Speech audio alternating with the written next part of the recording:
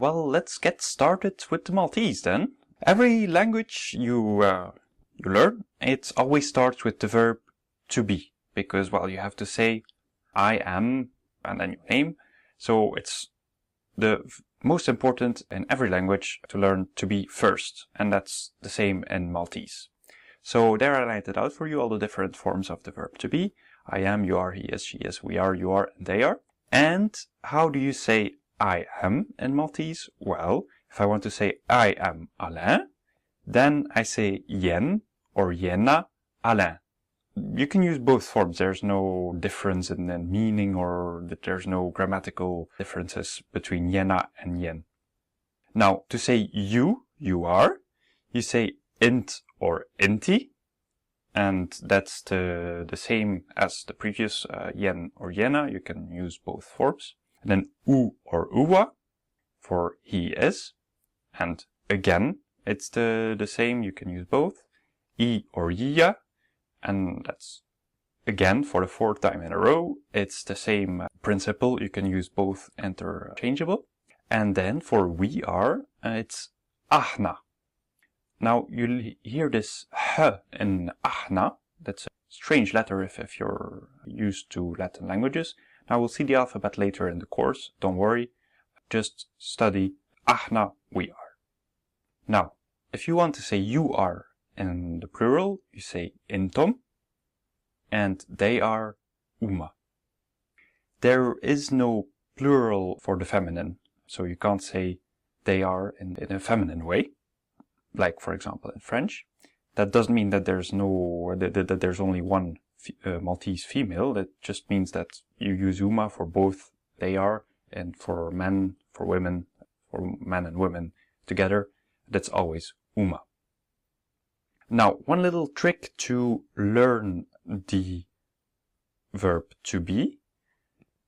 You see yen and yenna, and you see ahna, and they're a little bit similar, so you know that it's the first singular and the plural of the first form.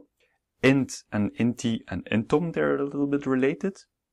And u or ua and uma, they're a little bit related, so that can help you learning it by heart. And that's very important. I can't stress it enough. You'll hear this verb so many times that you really have to learn it by heart. You can write them down, hang it above your bed. And, you know, if you introduce yourself to a Maltese, you say, yeah, nah, and then your name, and then, you know, they start, and you start talking, and it's a lot of fun. Now, I have a little confession to make. You just think that you've learned the verb to be in Maltese. Now, it's not true. The verb to be in Maltese doesn't exist. Now, before you file a complaint or you start arguing or you're going to sue me in court, I will tell you what you've learned. What you've learned is the pronouns in Maltese. So you see them appearing there, I, you, he, she, we, you, and they. And now you may wonder, well, how do they speak out? How do they say you are in Maltese? Well, I can explain it to you by the use of the pronouns. The pronouns are only used for two functions. If there's no other verb in the sentence, then it's a form of the verb to be.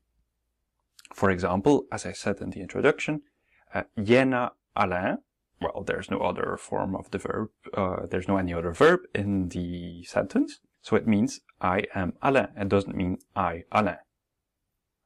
The pronouns have as well a second function, and that is to stress or to emphasize the pronoun you want to emphasize.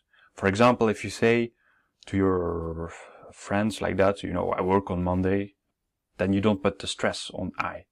But if you want to say to your friends that tomorrow are going to lie on the beach, or they're going to study Maltese, or they're going to, I don't know, hang out, and it's Sunday night, and you know you want to go home because you have to sleep, you have to work on Monday, then you say, hey, I work on Monday.